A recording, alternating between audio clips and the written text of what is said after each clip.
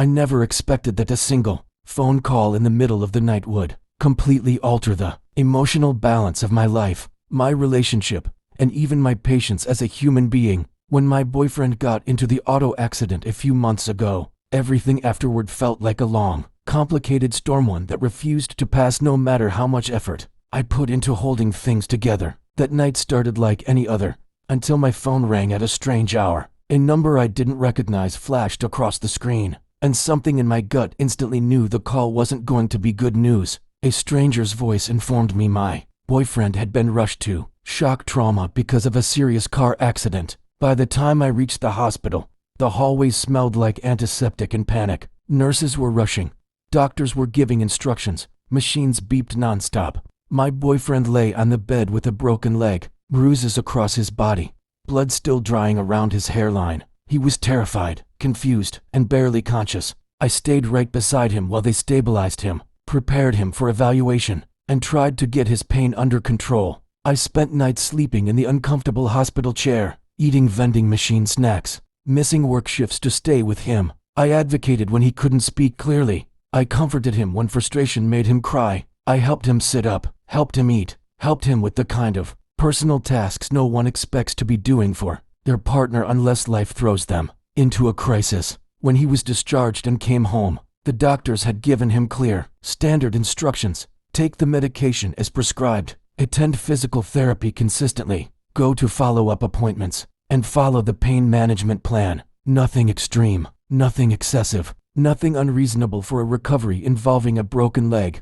They even prescribed alternatives for pain if he didn't want oxygabapentin for nerve pain and lidocaine patches for surface-level pain. But the moment he returned home, everything changed. He became stubborn to a level that felt almost unreal. He refused the oxy because he feared addiction, which I understood. But then he refused the gabapentin. Then he rejected the lidocaine patches. Then he started shrugging off the follow-up appointments. And slowly, I noticed a pattern. He refused everything that could help him, yet continued complaining about the exact pain he chose to endure. Morning groans, afternoon whining, nighttime frustration, constant complaining that repeated in cycles. At first, I tried patience, then compassion, then reasoning, both as a healthcare worker and as a girlfriend. But nothing worked. Nothing convinced him to actually participate in his own recovery. And each time he rejected a solution, he expected me to keep listening to the endless complaints. The emotional exhaustion grew quietly, then loudly, until the day he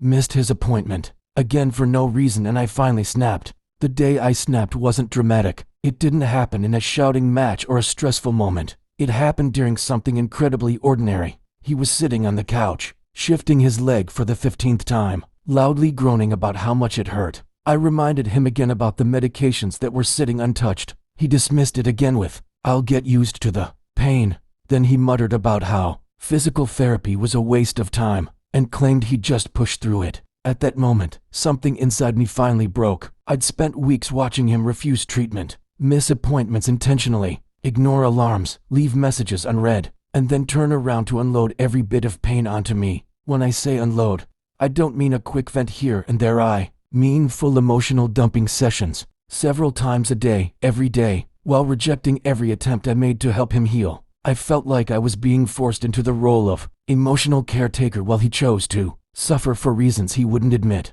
So, I calmly told him, either take the medication and go to your appointments, or stop complaining and suffer in silence. I can't keep doing this if you refuse to help yourself. He froze, stared at me, and then exploded. He called me unsupportive, cold-hearted, insensitive to his pain, selfish for being tired of hearing him struggle. He accused me of not understanding what he was going through, even though I had literally been by his side for every step since the accident. It turned into a full-blown argument where he painted himself as a victim and me as the villain who didn't care enough. But what he refused to acknowledge was the emotional toll of carrying someone who won't walk on their own, figuratively and literally. Later, after the argument cooled slightly, he finally admitted something that changed the entire perspective for me, something that explained the self-sabotage, the refusal of treatment, the stubborn acceptance of pain. He had been drunk when he caused the accident. He was the only one injured, which is a miracle in itself.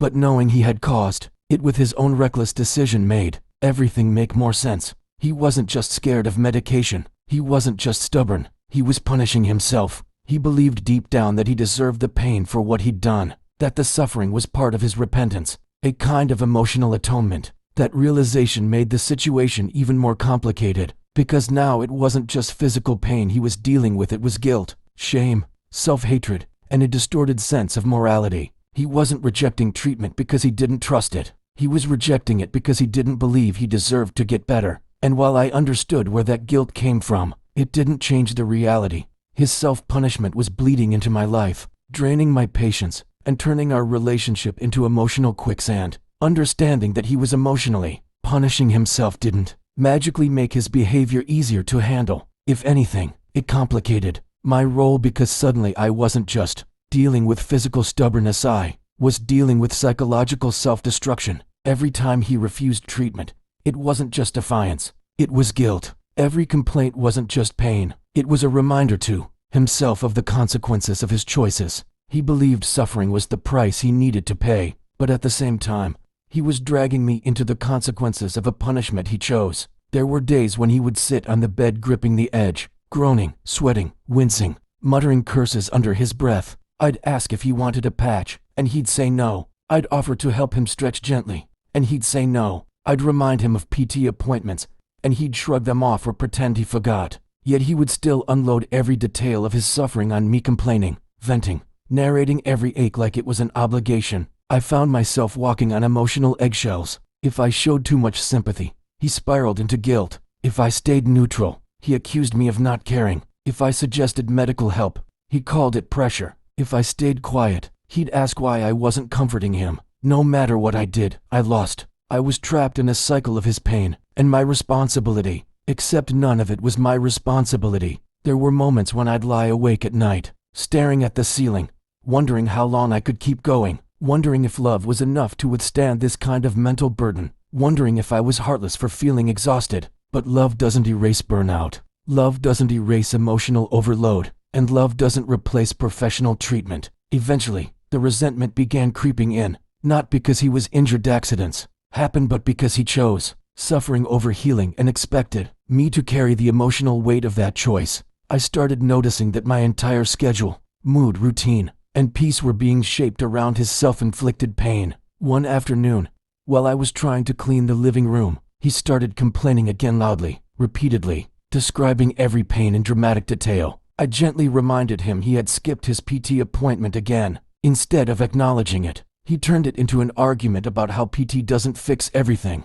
and how pain management isn't mandatory. That was when I realized the truth I didn't want to face. He didn't want to get better, not yet. Not until his guilt felt satisfied. And guilt doesn't justify emotional exhaustion for the person trying their best to help. That's when I finally told him straightforwardly, and without sugarcoating, that I couldn't keep absorbing his pain if he refused to take even basic steps to heal, that I needed a boundary, that his recovery was his responsibility, not mine, and that if he chose suffering, it was unfair to force me to suffer alongside him. After I finally set that boundary, the atmosphere in the house shifted noticeably. He pulled back emotionally, giving me short answers, sighing dramatically, acting wounded not from the injury, but from my honesty. And I'll admit, a part of me felt guilty. I questioned if I'd been too harsh, if I should have held on a little longer, if I should have been more patient. But every time that doubt crept in, another reminder would follow.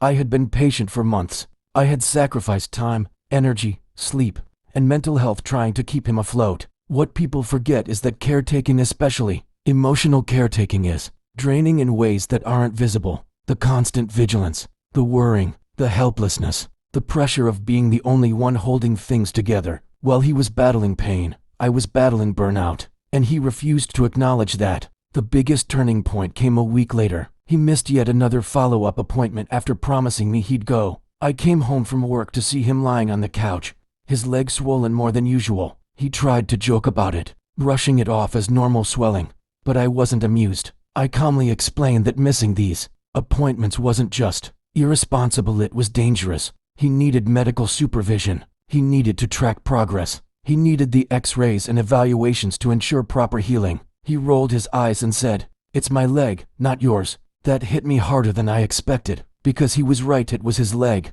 But the consequences of his decisions didn't stay confined to his body. They spilled into our relationship, our home, our emotional well-being. His pain wasn't isolated. It affected everything and everyone around him. Yet he believed he had the right to dismiss all advice and still demand endless sympathy. Later that night, he tried to guilt-trip me again, saying I didn't understand pain and that I talk like a nurse, not a partner. He tried to argue that his emotional state was fragile and that I needed to be gentler. But when someone refuses every solution offered, gentleness becomes enabling, encouraging becomes enabling, sympathy becomes enabling, and enabling becomes destructive. The final straw came when he admitted again that he saw the pain as punishment for the accident. He confessed that suffering made him feel like he was paying for what he'd done.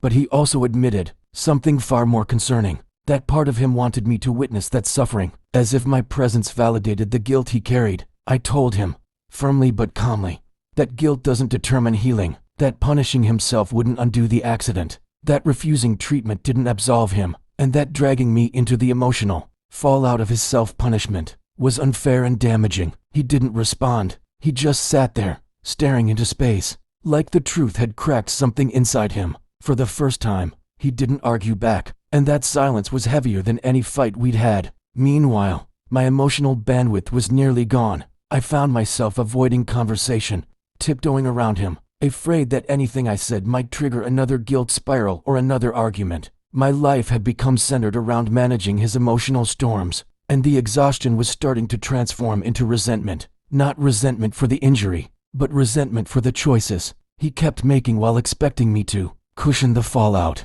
One evening, after another small argument about his skipped exercises, I sat alone in the bedroom and truly evaluated everything. What was I actually responsible for? What was I carrying that wasn't mine? And why did I feel guilty for reaching my limit when I had gone above and beyond since day one? The truth became painfully clear. I wasn't the villain for setting boundaries. I wasn't cruel for refusing to be the emotional sponge for his self-inflicted suffering. And I wasn't wrong for expecting a grown man to participate in his own healing. When he continued complaining later that night, something inside me felt calmer than before. I didn't snap. I didn't argue. I simply repeated what needed to be said. If you're going to refuse every treatment option, every appointment, every tool that the doctors gave you, then you cannot expect me to keep listening to the same complaints. It's not fair. It's not healthy. And I cannot be your emotional outlet for a pain you choose to keep. For the first time, he acknowledged that he didn't know how to forgive himself for causing the accident,